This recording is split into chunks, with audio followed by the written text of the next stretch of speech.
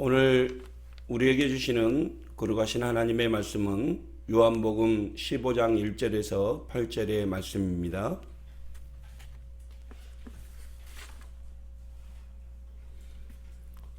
나는 참 포도나무요 내 아버지는 농부라.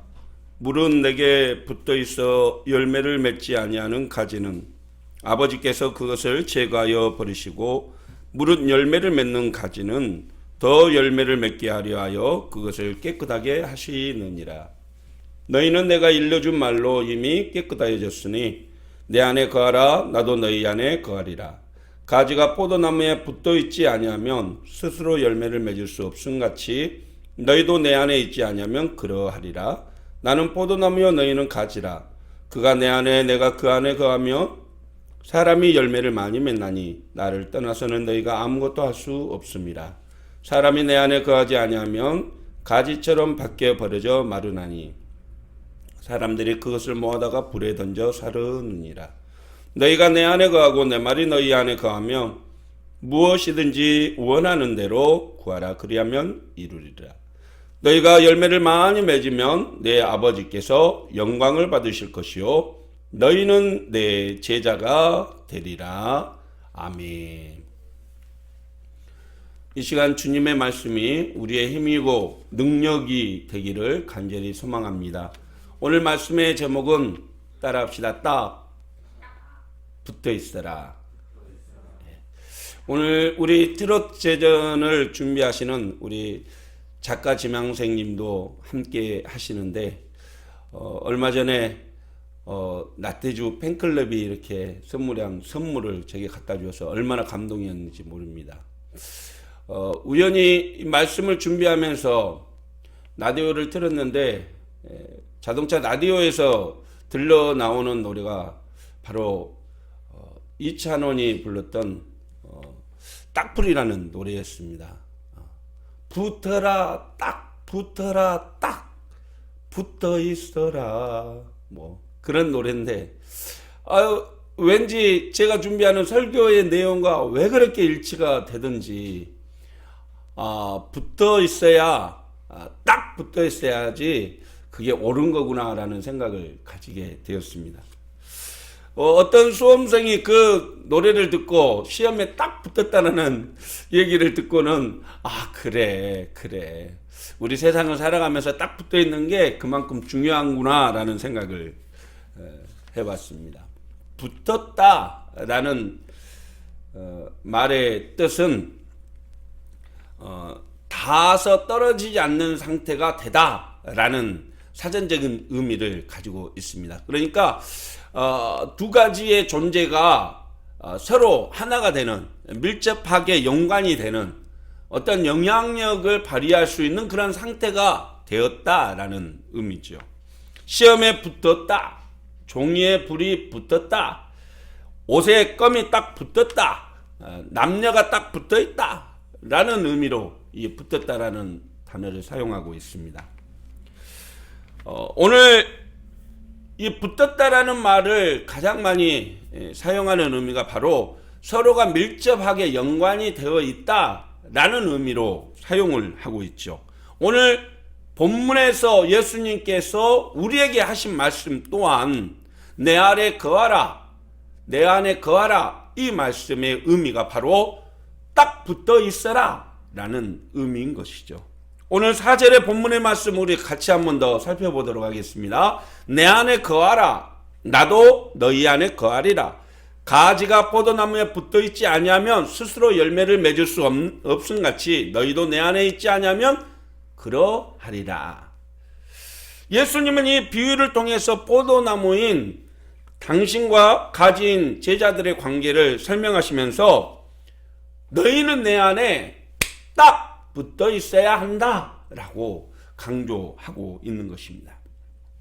이 TV와 리모컨이 가까이 서로 존재되어 있어야지 TV도 제 역할을 할 수 있고 리모컨도 제 역할을 할 수 있는 것처럼 제자라면 예수님 안에 예수님과 함께 할 때에 제대로 제자다운 삶을 살아갈 수 있다라는 말입니다.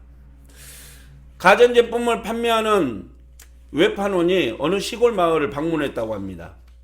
보니까 나이 드신 할머니가 이렇게 밖에서 일을 하고 있는데 이분이 좋은 청소기를 하나 들고 들어가면서 오늘 저 할머니에게 이 청소기를 팔아야지 하면서 들고 들어갔다고 합니다.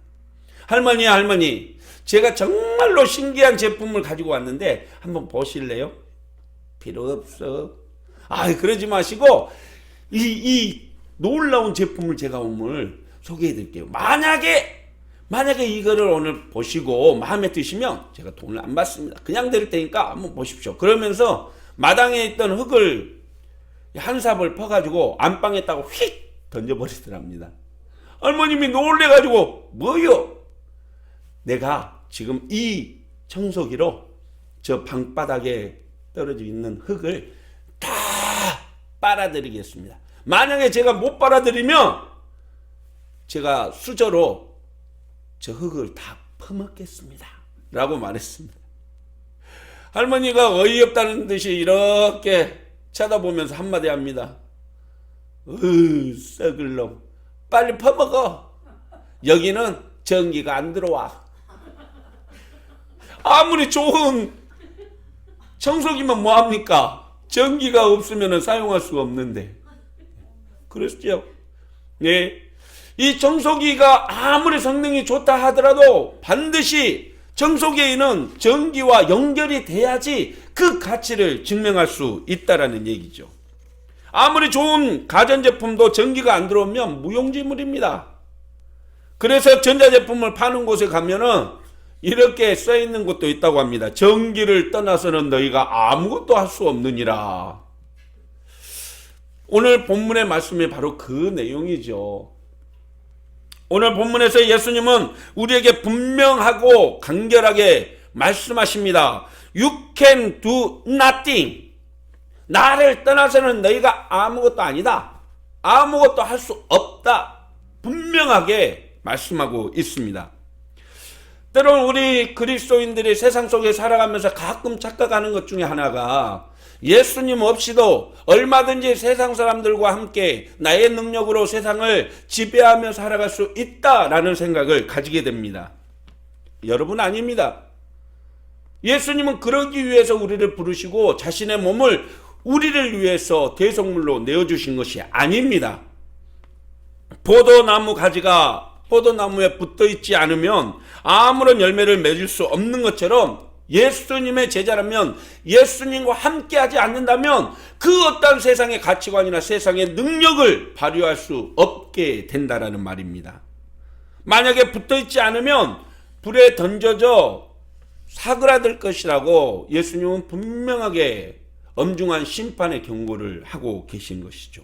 6절의 말씀이 바로 그 말씀입니다.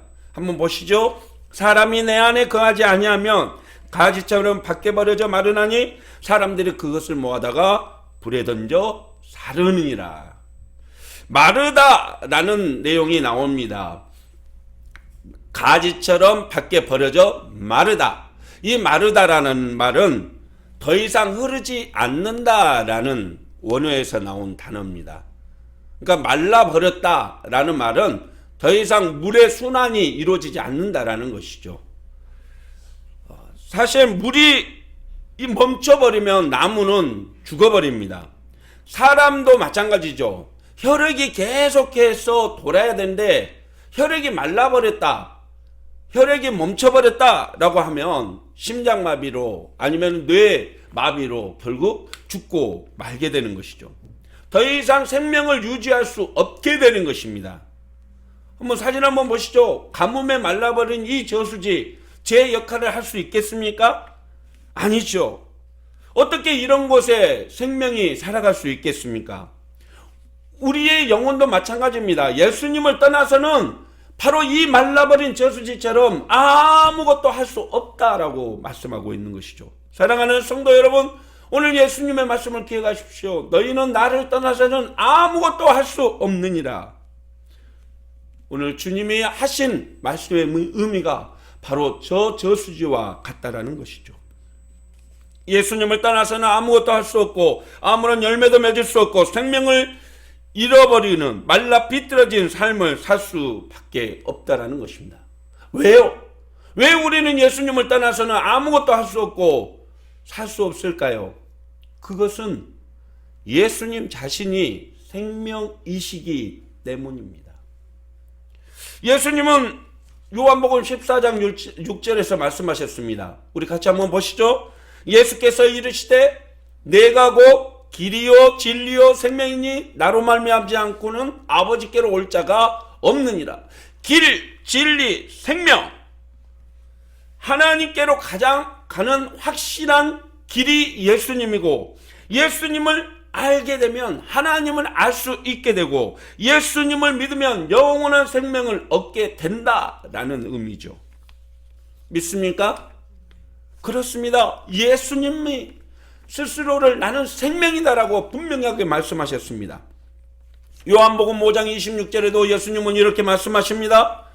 아버지께서 자기 속에 생명이 있음같이 아들에게도 생명을 주어 그 속에 있게 하셨고 또 인자됨으로 말미암아 심판하는 권한을 주셨느니라.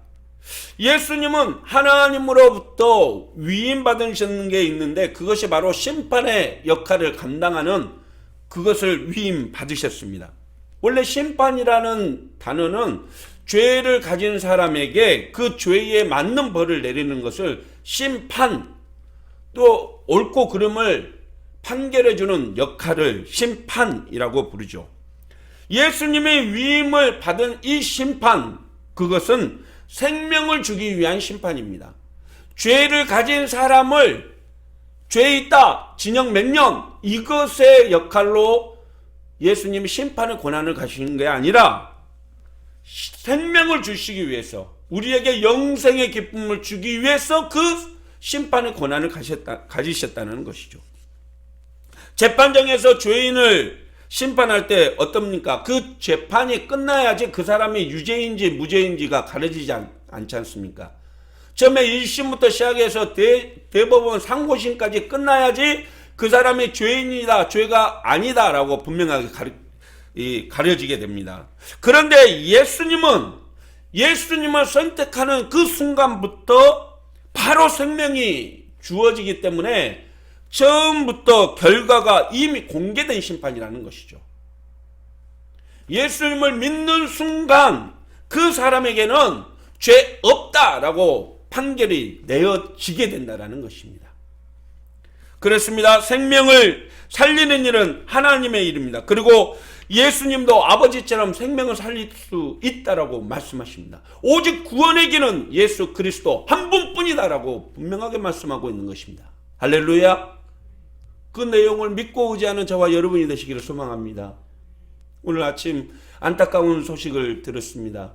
2014년 10월부터 심장마비로 쓰러져 있던 우리나라의 최고의 재벌, 세계의 75위의 재벌, 약 20조 원이라는 돈을 가졌다는 그 우리나라의 가장 큰 부자인 이건희 회장이 오늘 아침에 숨을 거뒀다라는 내용이었습니다.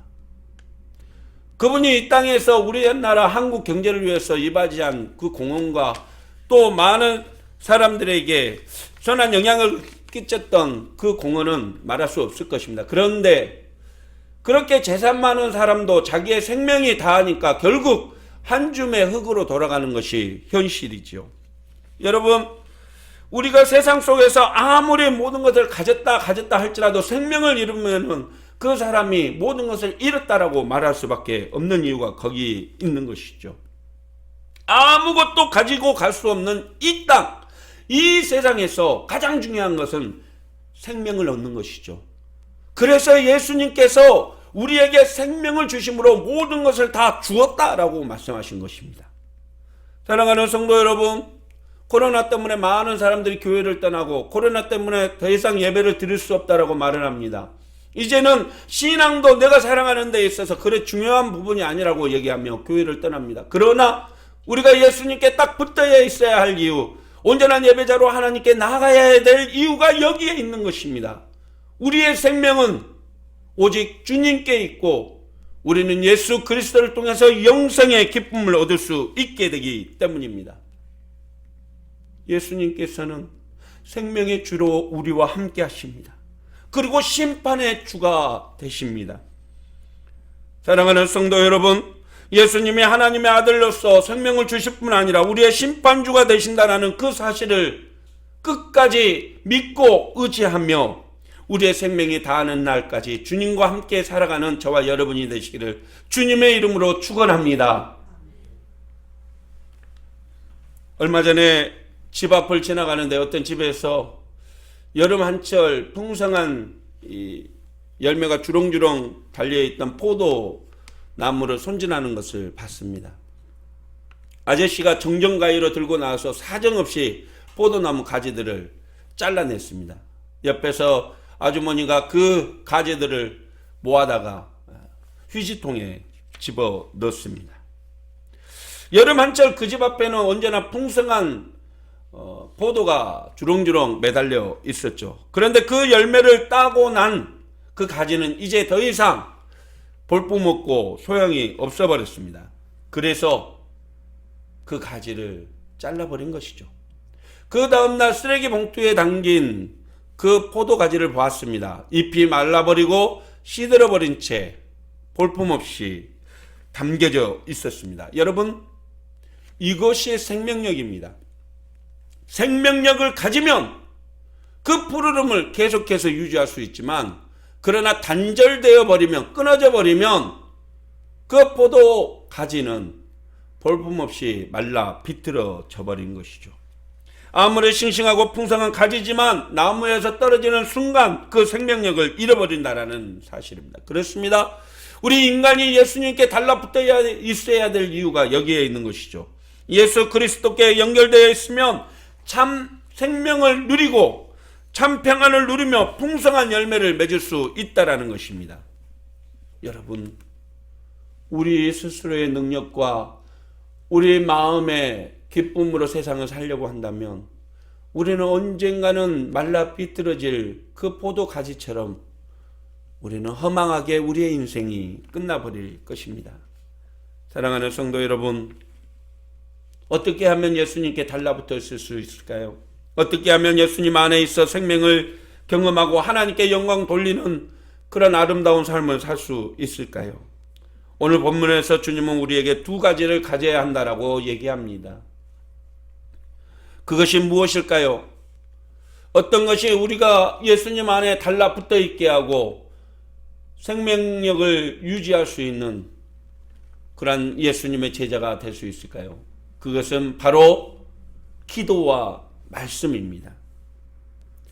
오직 말씀과 기도로 주님과 연합할 때 우리는 풍성한 하나님의 은혜를 누릴 수 있고 영원한 생명을 가질 수 있다라고 분명하게 말하고 있습니다. 7절의 말씀 한번 보시죠. 너희가 내 안에 거하고 내 말이 너희 안에 거하면 무엇이든지 원하는 대로 구하라. 그리하면 이루리라. 할렐루야. 여기에서 거하다라는 말의 원래 뜻을 보면 지배하다, 누르다, 포함시키다 라는 의미를 가지고 있습니다. 다시 말해서 내 말이 너희 안에 거하다라는 말은 예수님의 말씀이 제자들의 생각과 마음을 지배하고 예수님이 원하는 그런 제자의 삶을 살아갈 수 있다라는 의미이죠. 요즘 병원이나 관공서를 찾아가 보면 QR코드라는 것을 찍게 됩니다. 이것을 찍은 사람만이 코로나에 걸리지 않았구나, 건강하구나 라는 인식을 갖게 해주는 것이죠. 그런 것처럼 우리가 주의 말씀을 가지고 살아갈 때에 우리는 진정한 예수님의 제자로 인정받게 되고 세상 속에서 예수님의 제자답게 살아갈 수 있게 된다는 의미입니다. 사랑하는 성도 여러분, 우리가 온전해지는 그 방법은 오직 예수 그리스도의 말씀 안에 거하는 것임을 믿으시길 바랍니다. 우리가 세상 속에서 예수님의 제자로 살아갈 수 있는 방법은 오직 예수님의 말씀을 기억하고 그 말씀대로 순종하며 살아갈 때에 우리는 세상 속에서 그리스도의 제자로 인정받게 되는 것입니다. 세상의 음성에 귀를 기울이고 세상의 가치 기준에 따라 살아가야 된다라고 세상은 늘 우리에게 말합니다. 그러나 그리스도의 제자, 예수님의 제자는 그렇지 않습니다. 예수님은 어떤 능력보다도 예수님 안에 예수님의 말씀과 함께 살기를 원하고 계십니다. 할렐루야.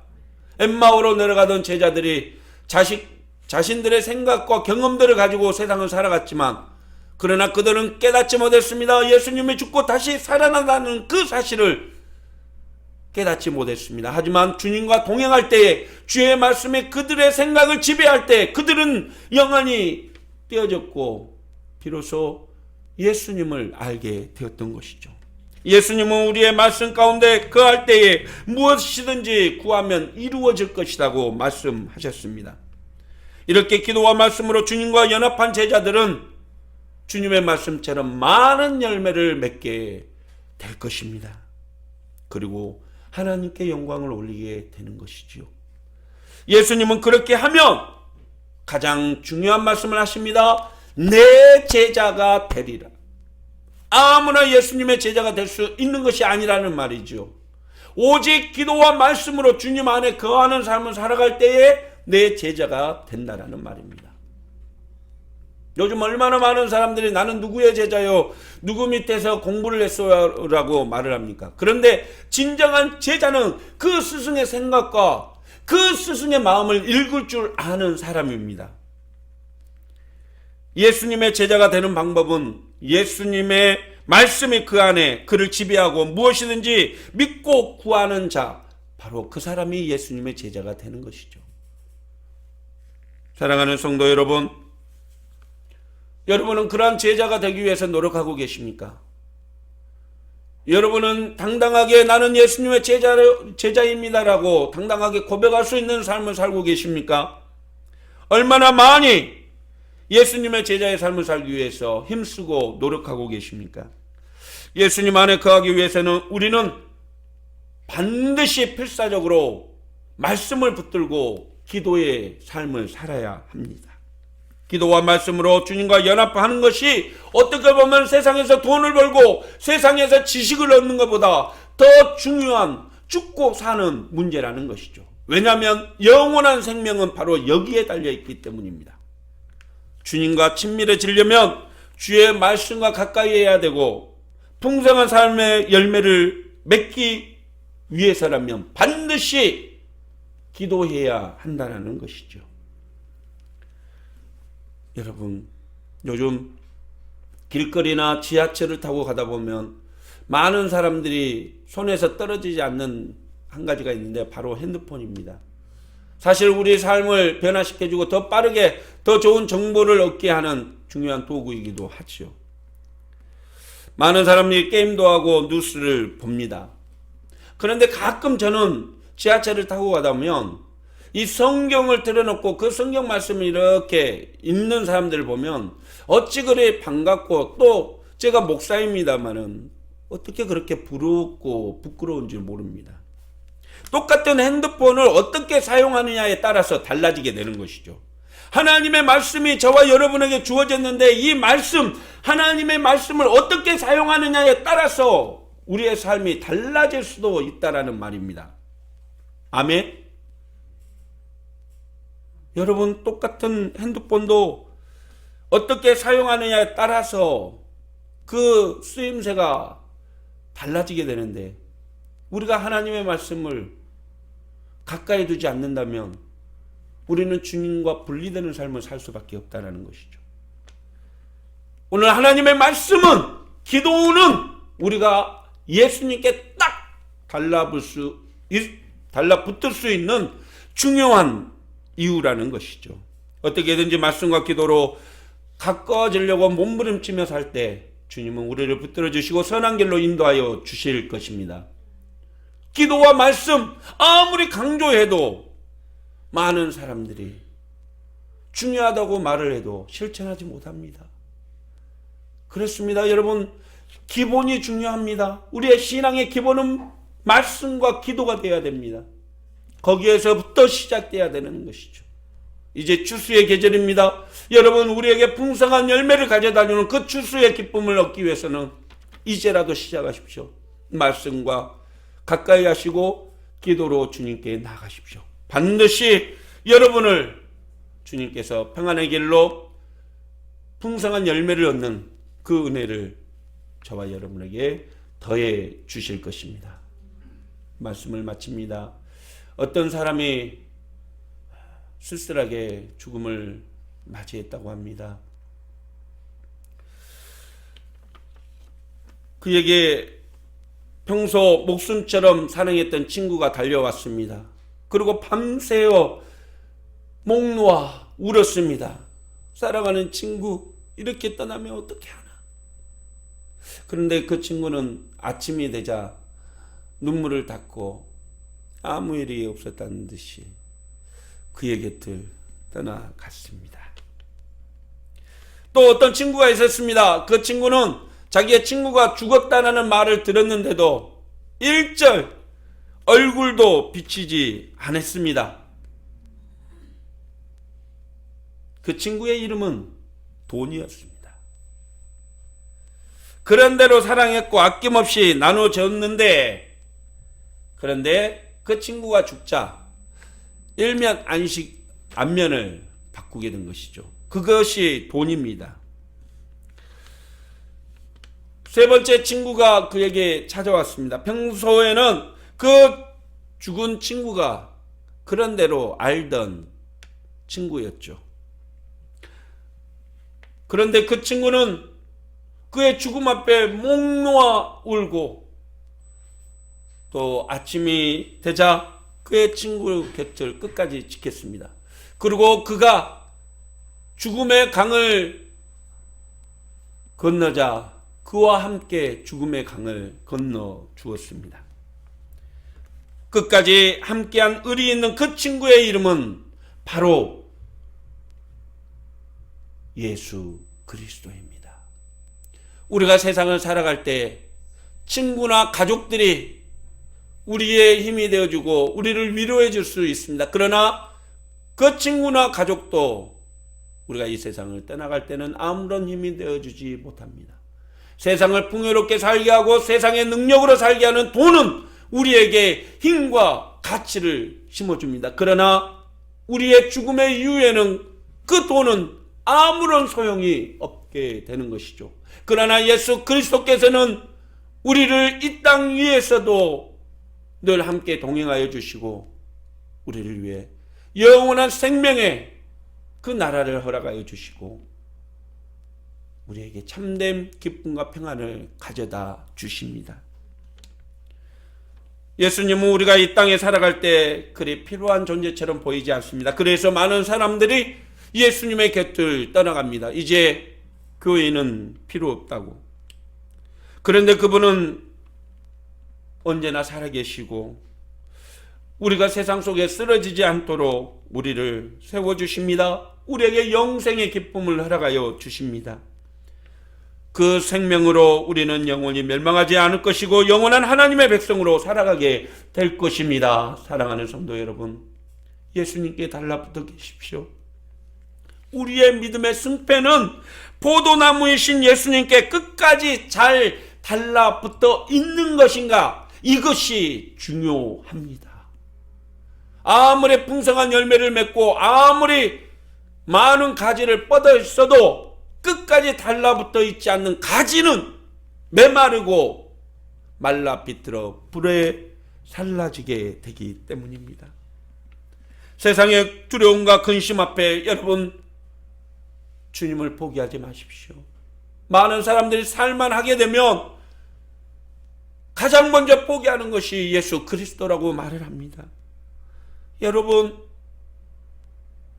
우리에게는 주님이 필요합니다. 내 인생에는 예수 그리스도가 필요합니다. 주의 능력과 주의 은혜와 주의 위로가 필요합니다. 오직 말씀과 기도로 주님과 하나가 되십시오. 주님 안에 거하십시오. 우리의 삶은 예수 그리스도 그분 한 분으로 만족할 수 있습니다.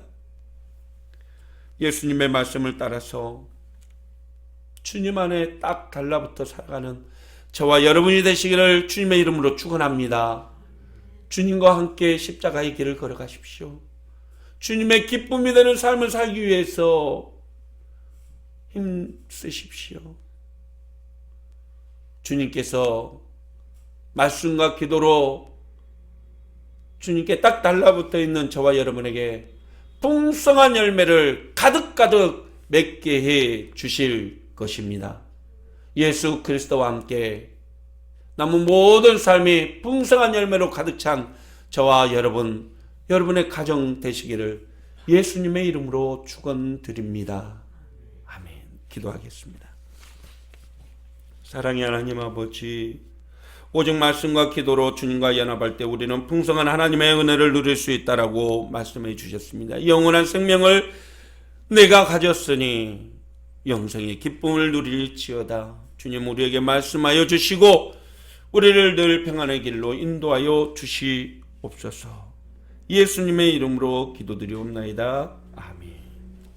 이제는 우리의 영혼을 살리시고 영원한 생명을 허락해 주시기 위해서 자신의 모든 것을 희생제물로 내어주시는 나의 구주, 나의 사랑, 우리 주 예수 그리스도의 무한하신 은혜와 언제나 죄인에게 생명을, 의인에게 사랑을 베풀어 주시며 우리에게 사망의 음침한 골짜기에서도 힘이 되어 주시고 능력이 되어 주시는 하나님 아버지의 지극하시고 만극하신 사랑과 진리의 길을 갈 수 있도록 우리를 이끄시고 도우시고 힘주시고 영원히 내주하시며 언제나 예수의 제자로 살아가도록 우리를 이끌어 주시는 성령님의 감화감동 교통하심의 은혜의 역사하심이 오늘 또 내 안에 거하라는 주님의 말씀 앞에 순종하겠습니다. 말씀을 마음에 새기며 돌아가는 사랑하는 귀한 주의 백성들 머리머리 위에와 그들의 가정 위에, 자녀들 위에, 하는 모든 일 가운데 직장과 사업장 위에, 이 교회 위에, 전 세계 열방 위에, 특별히 코로나로 많은 이들을 고치기 위해서 수고하는 의료진들 머리머리 위에 이제부터 영원토록 함께 계시기를 간절히 축원하옵나이다. 아멘.